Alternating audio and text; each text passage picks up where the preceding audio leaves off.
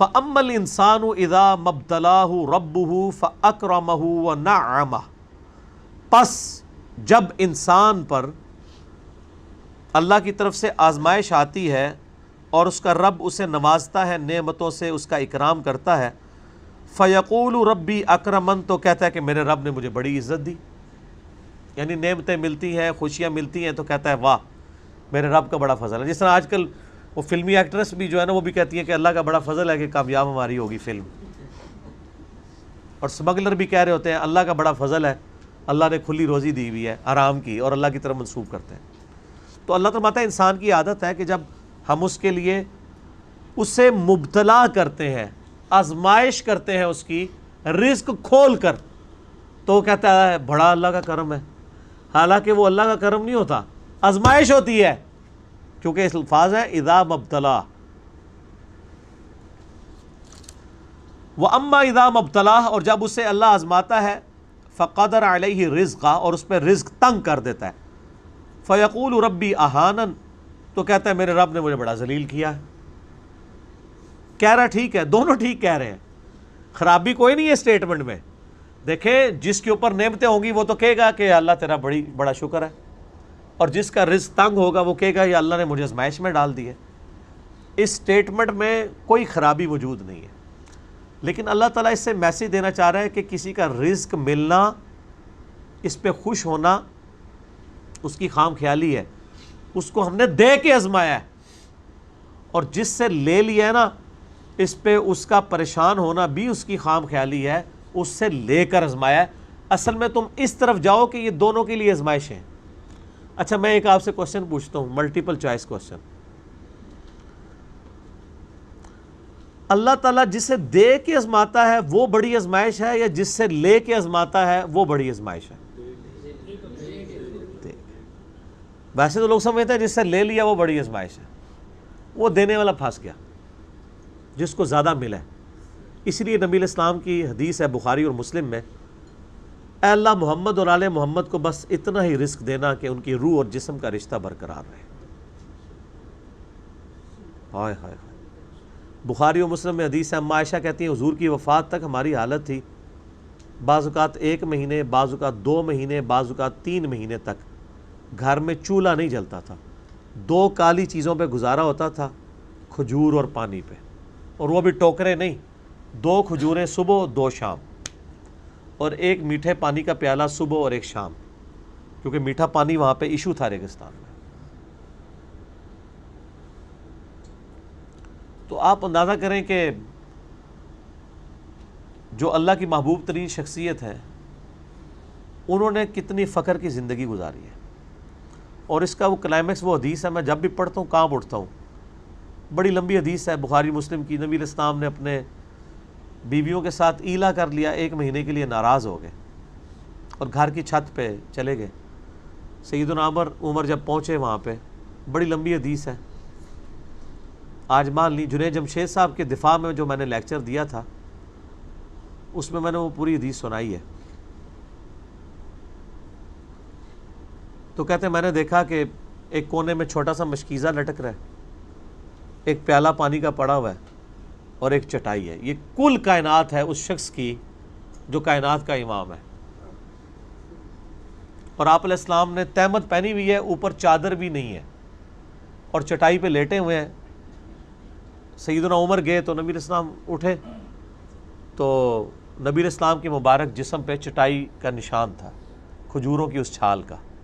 کیونکہ اوپر قمیض تو نہیں تھی نا، نشان تبھی نظر آتا ہے جب آپ ننگے بدن بیٹھے ہو۔ سیدنا عمر کی آنکھوں میں آنسو آ گئے، انہوں نے کہا یا رسول اللہ آپ اللہ کے رسول ہیں، کیسر و کسرا دنیا کے مزے لوٹ رہے ہیں اور آپ کی یہ حالت ہے۔ تو آپ نے ایک جملہ بولا،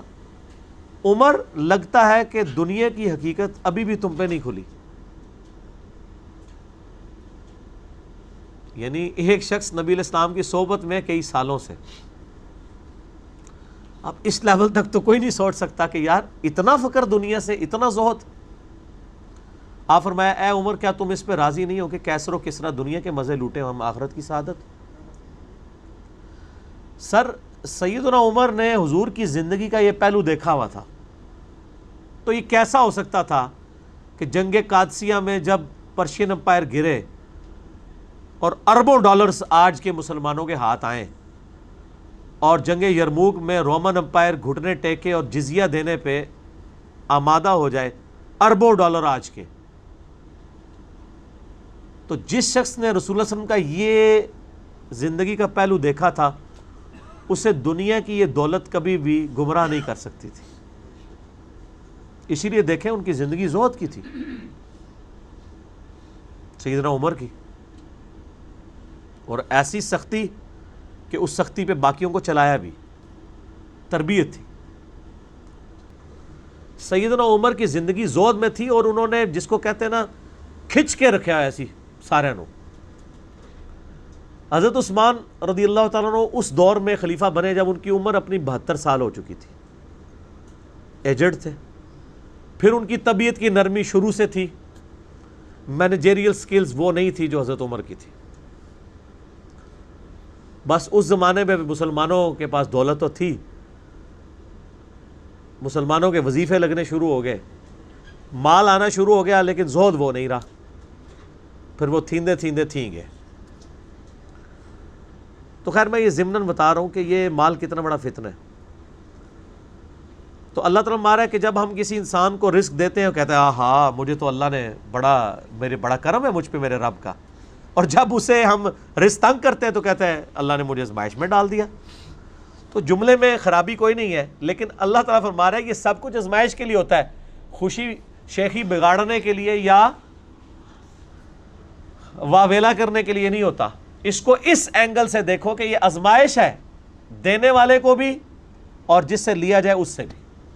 اس کا کلائمیکس آپ کو سورہ الحدید کی آیت نمبر 22 ملے گی، میں نے کئی دفعہ اپنے لیکچرز میں وہ کور کی ہے۔ اللہ تبارک و تعالیٰ فرماتا ہے کہ ہم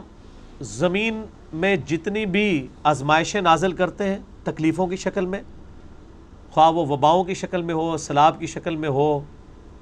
زلزلے کی شکل میں ہو، اور تمہاری جانوں میں جو کچھ نازل کرتے ہیں، کسی کو بلڈ کینسر ہو گیا ہے، کسی کو طاعون کا مرض ہو گیا ہے، کسی کو ٹی بی ہو گئی ہے، یہ ساری کی ساری تکلیف ہم نے پیدا کرنے سے پہلے ہی لوح محفوظ میں لکھ لی ہے۔ اور پھر اللہ تعالیٰ فرماتا ہے اس لیے تاکہ جسے اللہ کی نعمت ملے وہ شیخی نہ بگاڑے، اور جس سے نعمت چھن جائے تو اس کے اوپر واویلا نہ کرے۔ اور ظاہر ہے جب آپ کو تکلیف کا یہ پتہ چلے کہ اللہ نے ہمارے مقدر میں لکھی تھی وَلَنَبْلُوَنَّكُمْ بِشَيْءٍ مِّنَ الْخَوْفِ وَالْجُوعِ وَنَقْصٍ مِّنَ الْأَمْوَالِ وَالْأَنفُسِ وَالثَّمَرَاتِ، صبر آ جائے، سارے انسان کڑ کڑ کے مر جائے اگر انسان کی زندگی میں یہ چیز نہ ہو،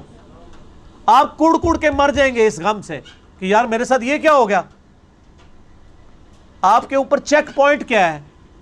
جس کے ذریعے آپ تکلیف پہ صبر کر سکتے ہیں؟ اللہ کی مرضی۔ یہی ہمیں سکھایا گیا نا، اِنَّا لِلَّهِ وَإِنَّا إِلَيْهِ رَاجِعُونَ، ہم خود بھی اللہ کی طرف سے آئے تھے، اسی کی طرف لوٹ کے چلے جائیں گے، غم نہیں کرنا۔ خدا ہماری ضرورت ہے، بلکہ اس سے بڑھ کے خدا ہماری مجبوری ہے۔ اسی لیے دیکھیں جو گاڈ میں بلیو کرنے والے لوگ ہیں نا، وہ تکلیف کو سہ جاتے ہیں۔ گورے کس طرح خودکشیاں کر رہے ہیں، حالانکہ ان کی تکلیف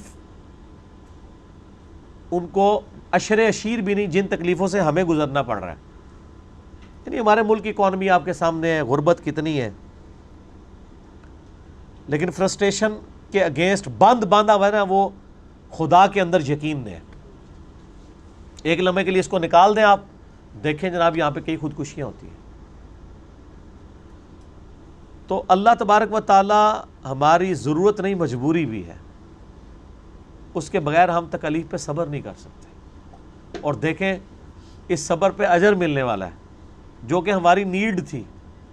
تو کہا گیا صبر کرو، اللہ ان اللہ مع الصابرین، اللہ صبر کرنے والوں کے ساتھ ہے۔ کلا بل لا تکریمون الیتیم، اللہ فرماتا ہے نہیں،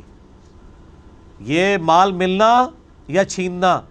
اس کے اوپر واویلا یا خوشی نہیں، اصل مسئلہ ہے کہ تم یتیم کا اکرام نہیں کرتے ہو۔ ولا تحاضون علی طعام المسکین، اور مسکینوں کو کھانا کھلانے کی ترغیب نہیں دلاتے۔ جس کے پاس مال آیا ہوا ہے وہ لے کے بیٹھا ہوا ہے، یہ مال اس لیے نہیں تھا کہ خوشیاں مناؤ کہ اللہ کا بڑا فضل ہے، یہ اس لیے تھا کہ خرچ کرو غریبوں پہ۔ وَتَأْكُلُونَ التُّرَاثَ أَكْلًا لَمًّا، اور چٹ کر جاتے ہیں میراث کا سارا مال، یعنی باپ مرتا ہے تو بڑا بیٹا بہنوں کی جائیداد بھی ہتھیا لیتا ہے۔ وَتُحِبُّونَ الْمَالَ حُبًّا جَمًّا، اور مال اور دولت سے حد درجے کی محبت کرتے ہو۔